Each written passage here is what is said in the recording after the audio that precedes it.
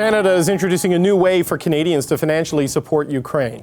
The Prime Minister says the federal government is going to offer so-called Ukrainian sovereignty bonds. It'll be a lot like the Government of Canada bonds people are familiar with. These funds will go to support the government of Ukraine so they can continue to support the Ukrainian people. Now, these bonds will be available at major banks, and just like guaranteed income certificates, they'll mature over 5 years. Trudeau also announced new sanctions targeting dozens of Russians in the energy sector, and he promised that additional measures are coming. So Trudeau made his announcement today from the Ukrainian-Canadian Congress in Winnipeg. And for more, I want to turn to Ihor Michalchyshyn, the CEO and Executive Director of that group. Sir, thank you for joining us. I wonder if I can get your reaction to this news, that Ottawa will sell a government-backed 5-year bond to raise money for Ukraine for its core government operations. I mean, how big of an impact do you think that can have? Well, thank you. Yeah, it was a tremendously well-received announcement by our community this morning.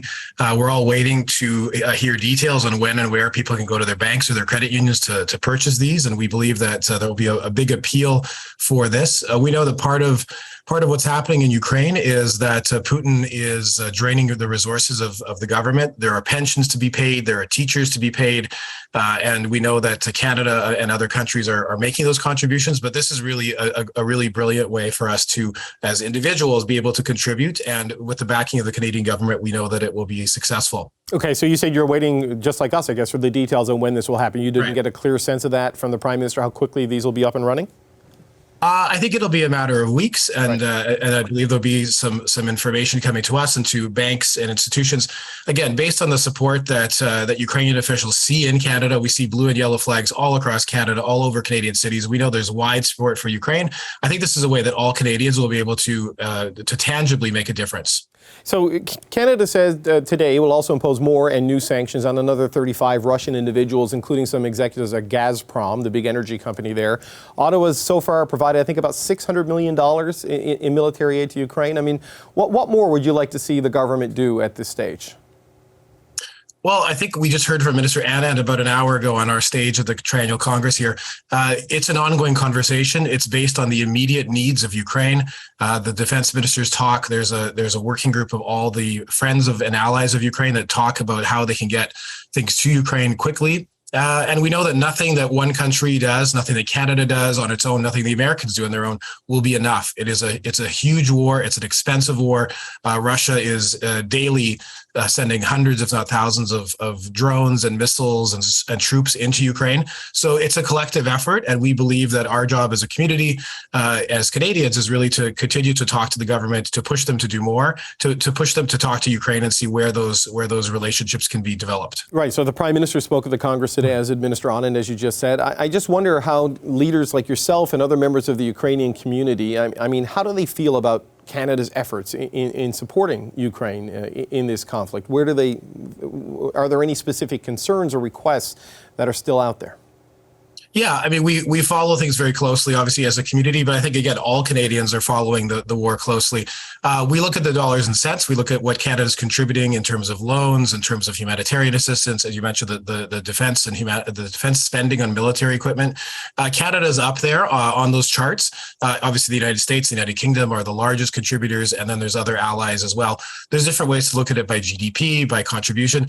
We also know that the Canadian government, we've been pushing them to provide income support for Ukrainian refugees here in Canada, for example, and that's really been essential to help people survive their first month or two in Canada. So we have an ongoing dialogue with the government about these issues. And again, not one thing will ever sort of solve the war or fix all the problems. It is a daily operational grind, as you can see by the war that Russia wages on Ukraine.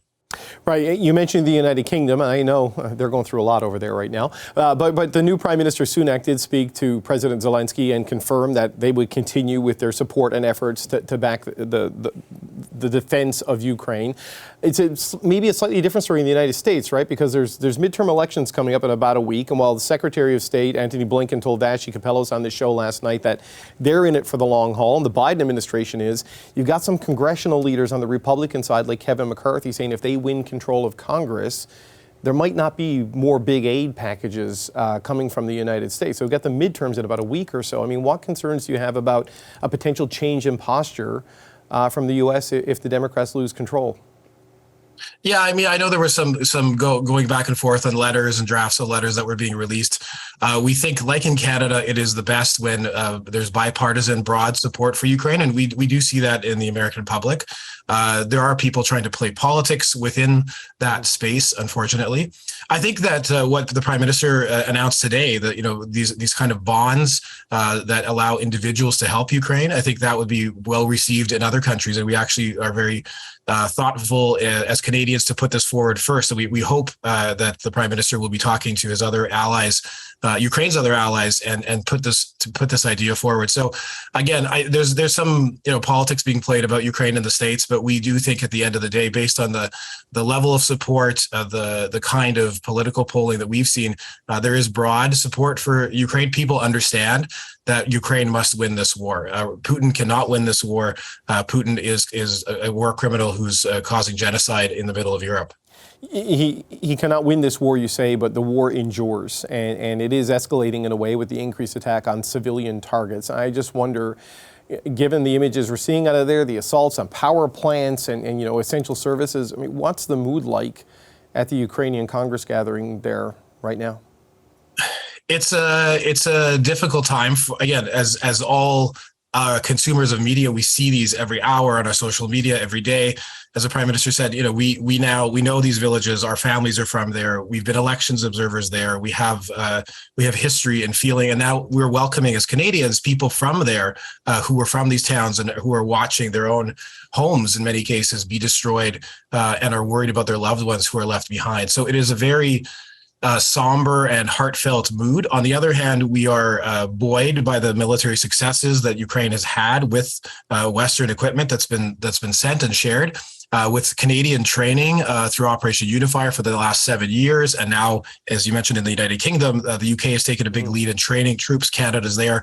So we know that is, that Ukrainian army is a tough fighting force with heart and with the right equipment now. And we are very buoyed that all of our support, all the support of Canadians for humanitarian efforts to help the training will pay off. And as we said, Putin cannot win this war. It would be unthinkable to have Putin triumph, to invade a democratic country in the middle of Europe and to have no consequences. And now we see him talking about nuclear escalation, dirty bombs, etc. These are really forecasts of where he's going to go if he gets more desperate. Okay. Well, Ihor, thank you so much for joining us today. We really appreciate your perspective and your time. Hi, I'm Vashi Capellos, host of Power in Politics. See more of our show by subscribing to the CBC News channel or click the link for another video.